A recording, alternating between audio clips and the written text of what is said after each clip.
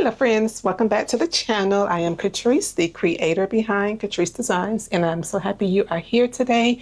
And we are going to make this really cute shopping tote bag. It may be a little bit of a long video because we've got some embroidery that we're going to do. I'm going to show you guys how I make that. And this tote bag is made for a shopper's tote, and it's sort of like a two-tone, my version of what I'm calling two-tone. So sit back and relax and just watch me go through the process of making this tote bag, and I hope you enjoyed the video.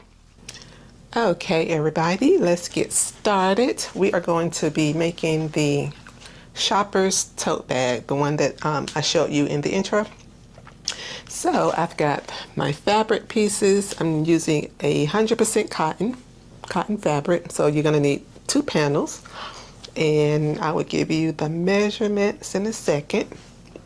And depending on your fabric and depending on how you want the tote bag to shape or form, you will need to use some stabilizing adhesive. And the kind that I'm using is grainy on one side, smooth on the other side. And you just pretty much heat press it down. And it's going to give it a little bit of structure, not too much, because I don't want it to be quilted, nothing fancy like that. Just a everyday tote bag that you're going to take when you're out shopping. So that's what the purpose of this is. And I'm using canvas material. So I've got 2 panels for that. And 2 panels is one for the front, one for the back. And if you want, this part is optional. You can put a pocket on the front, or you can put it on the inside. I'm not sure if I'm going to do a pocket, but we'll see how it goes. I may put a pocket on the outside. All right, so my panel pieces are, let's get these all measured out. Oops, I got my mat upside down. Okay, so 17 inches wide, and the height is going to be 8 inches. So it's 17 inches wide, 8 inches across this way. Now I'm going to make this, and that's going to be for the canvas, the same thing, same measurements for your stabilizer. Well, I take that back. On your stabilizer, you want to bring it in about 1/8 of an inch from your hemline, and that'll keep the glue from getting on your heat press. So my vision for this tote bag is going to be, and you all know how I like to just think it out as I'm sewing. So starting out is going to be, for this particular tote bag, we're going to do the front panel like this, and then I want to switch it up on the back panel, have it the opposite. So the back panel will look like that. And am I in frame so y'all can see? All right, so that's going to be the back of the tote bag, and it's just going to be flipped on the front of the tote bag. And for the handles, I'm going to use either webbing, or I may make the handles out of the fabric, which I'm leaning heavily towards doing this with the fabric. And to do that, I'll demonstrate that later, but you're going to fold over a piece of fabric in the length that you want the handles to hang, and you'll just sew down on each side. And so that they're not flopping all over the place, use some type of stabilizer in the middle. But we'll get to that part in just a second. And also, to fancy it up a bit, I'm going to embroider something over here, and I have some matching thread that matches well with this. Embroidery thread and sewing thread are 2 different threads, so you don't want to use sewing thread in your embroidery machine. But if you do not have an embroidery machine, you can still make the tote bag. It'll still be cute. You can put some vinyl, like a vinyl quote on this side, or you can use DTF and put it on this side, or you can just leave it plain. I had to pause for a minute to check to make sure I had my mic on. I was like, I'm doing all this talking and my mic not turned on, but it was on. Okay, so first things first, we are going to press the stabilizer to the panels, to the cotton panels. I'm not going to do it to the canvas because it doesn't need it. Canvas material, depending on how thick it is, it can pretty much hold its own shape without any assistance. Cotton is going to need some assistance depending on what you're making. And for a tote bag, we want a little bit of assistance. All right, so I'm going to take the grainy side, which is this side. You want it facing the back side of your fabric. So you're going to lay it down just like that. And as you can see, I have cut my stabilizer nowhere near my hemline. And because I do not want that getting on the plate of your heat press. All right, so we're going to have this one down, and we're going to put this one down as well, and it's going to be like that. So I'm going to go to the heat press, get this press on, come back, and I'm probably going to give this canvas a little bit of a press because it has some wrinkles in it, but that's fine. All right, so I will be back in a second with this already pressed on. All right, so we are back from the heat press, and everything is nicely pressed on. So the next thing you want to do is get your canvas panel and put the cotton panel down, and we're just going to do a straight stitch straight down this side here. So when you come back, you'll be able to open it up, and you should have that. And on the same thing here, you want to just put match the pieces together.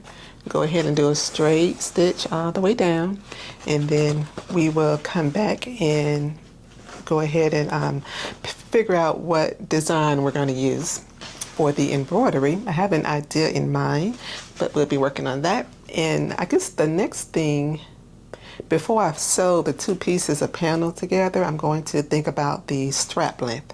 So those are the next two steps coming up. But for right now, we're just putting panel A and panel B. We'll call them A and B.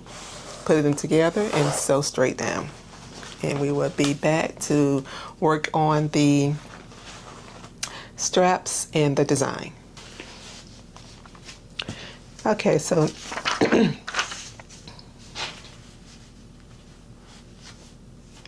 the panels are now all sewn together. I've got so this is what you end up with. So everything is in this place like that. And same thing with the second panel. Now this is going to be my front piece, and then this is going to be the back piece. So the panels are going to be, flip-flopped. And while I was sewing, I thought about the fact that I'm going to embroider on here. I don't like because I sell my items, so I don't like for the stitches to show on the inside of whatever I'm embroidering on. So I always like to use a lining, or if it's something like a t-shirt, then I just use cover stitch to go on it. But since this is going to be a tote bag and people are constantly going to be putting things in and out, I decided to go with a lining. Now I'm going to do the lining a little differently. It's not going to be done the traditional way that I typically do on my channel, where I go ahead and sew together the lining, box the corners out, leave an opening, pull the bag through. Because I'm working with canvas material and I have adhesive stabilizer on this fabric, cotton fabric, I don't want to be pulling the bag through, getting it all wrinkled and just getting everything all out of place. So, and besides, I want this to be a tote bag that I can make quickly, meaning mass produce these. I don't want to spend, a whole lot of time. So I am going to do a lining, but it's going to be a little differently, and I'll show you what's in my brain in a second. So when I put the lining on, I am going to end up, what do they call that? Zigzag stitching the sides, because I'm not going to be using the pull through method. Now, what we're going to do next in line is we are going to embroider this little saying that says "Hello Summer." and it's going to go on the canvas material. So I'm going to just put this down here so I can have the laser hairs for my machine. And after looking at 15,947 different colors of thread, I landed on this color because I want the color to scream summer, because that is the theme of this tote bag, Summer Tote. And I'm going to have the words hello in this little vibrant orange color here. And then the word summer is going to be in the color of this blue panel, which is like a teal blue. Not sure how my camera is picking it up, but it's teal. And then this little lemon is going to be in this gold thread, which is a perfect match for the lining. And the lining is going to show a little bit across here because I'm going to make it so that the top kind of folds over. Anyway, you guys will see it in a second. I'm getting all ahead of all the steps. Okay, so next things next, we are going to embroider on here. Now I'm going to go ahead and get this all set up. And if you want to see a slowed down version of me hooping and doing the embroidery process, I've got some videos. I think the one right before this one where I did the butterfly and the ribbon tote bags, both of those are more of a slowed down version for the embroidery process. But this is a really long file. This is about 15,000 stitches, 15,800 to be exact. So I'm going to go ahead and get this hooped on the machine and get it going. And then when I come back, we'll start the lining process. So if you are following along with me and you don't want to do the embroidery part, you can just skip ahead to the lining section, which is going to be the very next thing after this. But I hope you stay and just kind of watch the embroidery process. All right, so let me get all of that set up. All right, so I've got my mighty hoops out. This is the 8x8. This file is a 5x5? 5x5 file. And the embroidery software advises that you use at least a 7x7 hoop. So I'm going to use an 8x8 because I have a 5x5 or an 8x8. So I'm going to do the 8-inch hoop, which is the mighty hoops that I use. And it comes in two pieces. This is the part where you want to do your hooping, and this is the part that's going to secure it. Now I have stabilizer that are different types. So I get these pre-cut sheets, and I don't know if you really can't tell, but these are thick, very they're a little stiffer than the regular stabilizer, and that's what I want to use with this bag.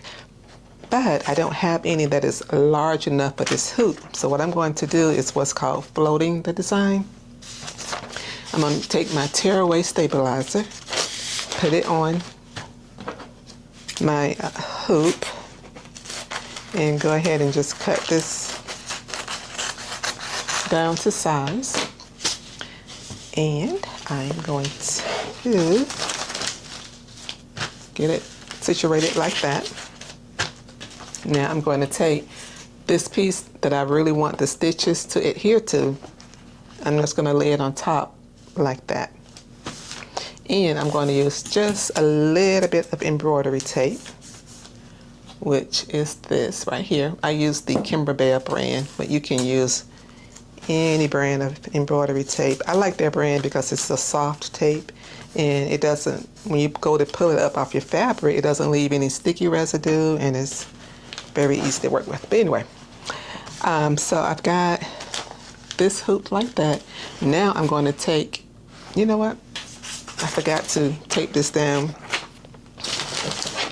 Oh, okay. Let me get this centered on the tote bag to how I want it. And be mindful, if you are doing this before you sew your garment together, make sure you leave enough room for your seam allowance. Because the last thing you want to do is go through 15,000 stitches of embroidery, and then you get to your sewing machine and you don't have enough room to sew your bag together. So we are going to go, I'm trying to think where I want this. I think right here. I'm going to have it sort of middle ways up the bag. And I think that's going to do it right there. So let me get my embroidery tape and just kind of hold this in place until we get over to the machine. That looks a little crooked to me. Just kind of straighten that up. And I'm looking at the crosshairs. I'm going to do that. Whoops. To make sure that the lines are straight. Not the design, but I'm looking at the crosshair right here to make sure that is straight. And if you get that straight, your design is going to be straight. Okay. That is what we're working with. And you see how I left more than enough space for my seam allowance. Okay, so now we can bring the hoop back in, and we still have that in place like that. And if you don't want to use this extra piece, you don't have to. This is just me being extra. So we're going to put this down like this. And I'm sliding it over the fabric over because I don't want it to, the needle to come in contact with this part of the hoop. And you can do that whenever you need to. Just take your embroidery tape and tape your material in place. So that, and you want to leave that on there when we get to the machine. You're going to leave your material taped. The only thing you're going to remove is this piece of paper. Okay, so we've got that in place, and now we want to, moving everything out the way, we want to go ahead and hoop. And you want to make sure had to make sure I had it turned the right way. Okay. So you want to clamp down. That is the back. You hear that? That's the sound you want to hear. And here is the where the design is going to be. And don't worry if it looks crooked in the hoop or any of that. Just know that everything is going to work out. It's going to be straight because you took care of that before you went to hoop. Okay. So now let's go over to the machine and get started with this design. All right, so we are at the machine, and I'm actually holding my camera, so hopefully I don't make you too dizzy. But I've got the file already loaded in, and this is going to be a 35-minute stitch out. So this is a huge design, but it's not going to be 35 minutes for you guys. So I'm going to go ahead and get the machine all threaded with the colors that I need. It's going to be 3 different color changes throughout the process. And when we come back on camera, the stitch out will be complete.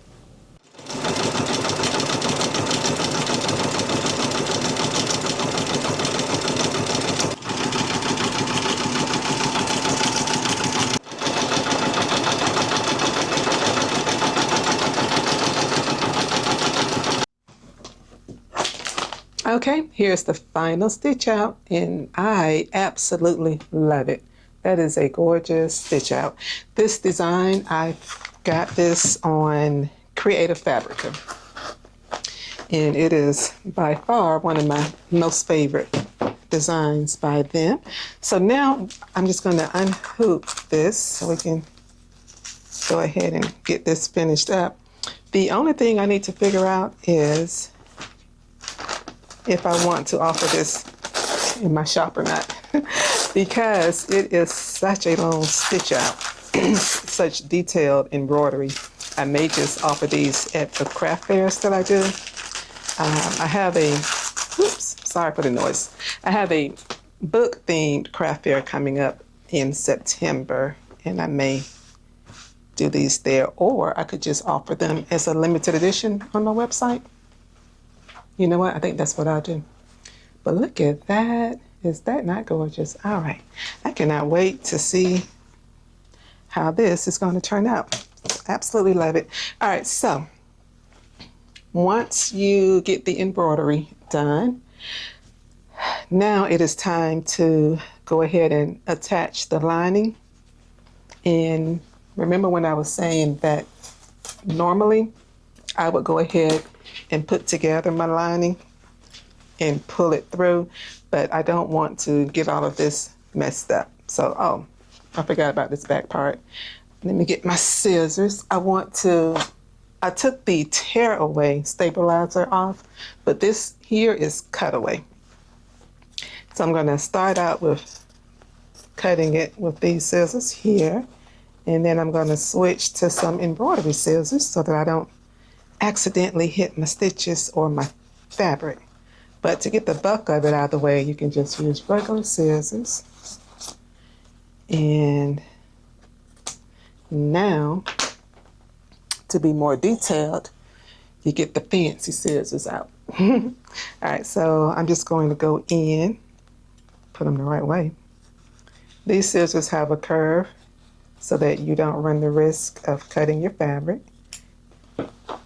And it allows you to get close to your stitches because nobody wants to do 15,000 stitches and then have it ruined by a scissor snip. I would have to end the video. Okay. And I'm going to go in and clean up these stitches.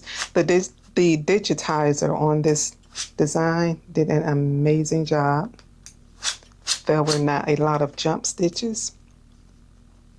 And it's just a beautiful stitch out. Okay, so that's what we have, but that's going to be covered up by the lining. Now, let's just say if we were not using a lining, let's say if this was a t-shirt, what I would do is put some like a cover stitch over this over here, and that will take care of all of that. You put it on with heat, but we'll do that in a different. Actually, in a few videos, I am going to be doing some embroidery on some t-shirts that I have to do. I've got a couple of, believe it or not, Halloween themed t-shirts that I need to do, and I will demonstrate that in that video. But anyway, back to here. So now what I'm going to do is sew across the top my lining because I'm going to experiment. All right, so to give you an idea of what I'm talking about, this yellow is the lining, and then I have this here. So what I'm going to do is, the look that I'm going for, I want the lining to come across like that. So I want the lining to be that way, and that's going to pick up this yellow in here in the lemon, and I just do a stitch across there. And then on the inside of the tote bag, what you're going to see is a yellow lining. Then I'm going to do either a zigzag stitch down the seam, or I can do like some webbing. We'll see. But for now, for sure, I am going to go ahead and just stitch across here. So just in case you are following along, let's move some of this stuff out the way. You want to take your lining, and I think I'm going to heat press this because you see these wrinkles. I don't like wrinkled material. All right, so you're going to take your fabric and put it on top, and then you want to fold over. And if you press that, that'll help it stay. And then just do a top stitch. And then you'll have your border. But if you don't want to do that, then you're going to need to do the lining the traditional way because you're going to have all this exposure right here. And you don't want that. But guys, that is just gorgeous. Ooh, love it, love it. Okay. All right, so let me put this to the side. Well, I'm going to sew on this one. I put the back panel to the side, and I need to be very careful and remind myself that I want the back to be the opposite panels, so it will look like that from the front and that from the back. See the difference? That's over here. Okay. So that is what I want. So it'll look like that. This is the front, and then that's the back. All right, so let me go and do, you know what I need to do next the handles. I need to figure out how long I want. So when you're doing your handles, it's going to be up to you how long you want your tote bag to hang. This is going to be a shoulder strap tote. So my straps are going to be a little long. And what I'll do is go ahead and cut the fabric for that and pin those in place. And then I can sew the straps, the lining, the straps, the outer fabric, and the lining all at once, I think. Let's do first things first. Let's go ahead and cut the straps. So as you guys can tell, this is how I come up with my tote bag designs. I feel my way through it. And when it works, hopefully I remember the steps and write them down. All right, so let me go get the fabric for the straps. I'm going to use this fabric here. I'm not going to get all fancy. I think this embroidery design is fancy enough. So I'm going to get the straps for that and get that material cut. And then when I come back on camera, I'll be ready to show you how we're going to assemble everything. Okay, so we are at the final stage. So at this point, this is what you should have: 2 panels, all assembled, well, not assembled, but sewn. So I've got the lining sewn across there, and this is what the back will look like. And that is the front. And the same thing for the back side. Got the lining sewn across there and there. All right, so now my dilemma is choosing straps. I'm trying to decide if I want to use the blue fabric for the straps. And let me move this out of the way so I can give you guys a visual. Okay, so we've got this. And I'm thinking, let's just pretend these are sewn together. So I'm thinking that for the straps, or yellow for the straps. Now that I'm looking at it through the viewfinder, I'm thinking the blue. Yeah. So, well, it'll be like, yeah, I think that yellow is going to be too bright, too much. So we'll stay in theme and put the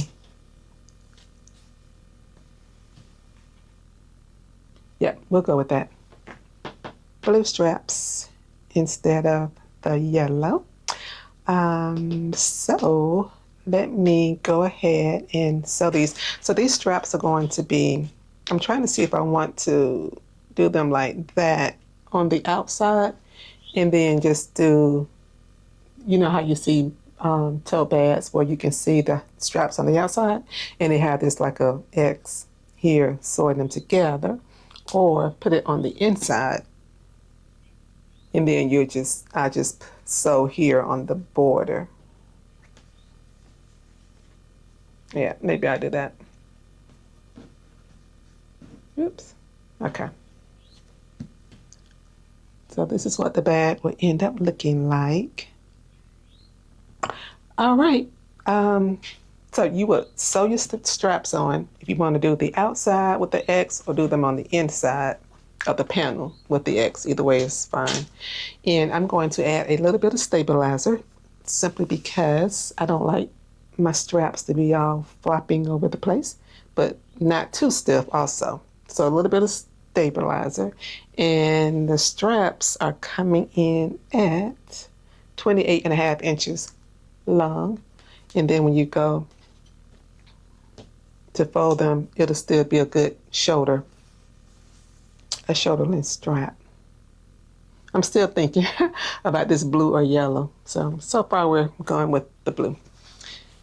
Once I sew the straps on, this is how you want to do it.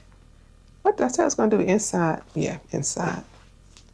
So basically you just want to put them here and put a clip, or you can use pins or however you want to do it.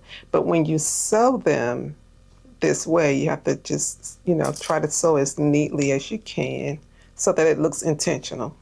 Right? Now, I'm going to do an X with a line down the center. And that way that'll cover. I'm not measuring this for right now. I'm just doing this to show you guys how we're going to finish up the tote bag. Okay. So you have your straps pinned like that on this side. This is what you're going to see. And once you do that, then you want to take your panels and just do a straight stitch down, across, and back up. And then you just turn your bag inside out, and there you have it. If you want to box your corners, you can, or you can leave them just the traditional way. I'm going to leave mine because I want this to be a tote bag, and it's not going to be a bag that you're going to stand up like I would use with the mini totes. This is just going to be just a basic shopping bag. Okay, so straps and then sew. And when I come back on camera, everything will be all put together. All right, everybody, here is the finished tote bag. It's almost too big to be in frame, but that is it. And then with the blue handles. And it turned out to be the perfect size to make it a shoulder bag. And the only thing I have left to do that I want to do is with the what do you call it? The hem. I'm going to put bias tape around the sides instead of doing, because first I was going to do the zigzag stitching, but I did that and I didn't really like that look. So I'm just going to run the yellow fabric, but fold it and put it into like a bias tape form and just sew it around the inside to cover up those stitches. But other than that, let me see what the finished size ended up being. So it's 16 inches tall and it is 13 inches, 13 and a half inches wide. So 13 and a half across, 16 from top to bottom. And there is the finished product.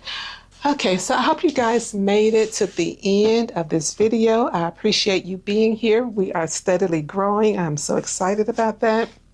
We're almost at 500. I may have to do a giveaway. I have to figure out, I'm still new to YouTube. I may have to figure that out and do a giveaway when we hit 500 subscribers. So until then, my friends, thank you so much. And I will see you guys in the next video. Bye. Don't forget to like the video if you made it to the end, or if you didn't, but you liked the video, please give me a thumbs up. And if you're not subscribed, consider subscribing. And I'll see you guys in the next video.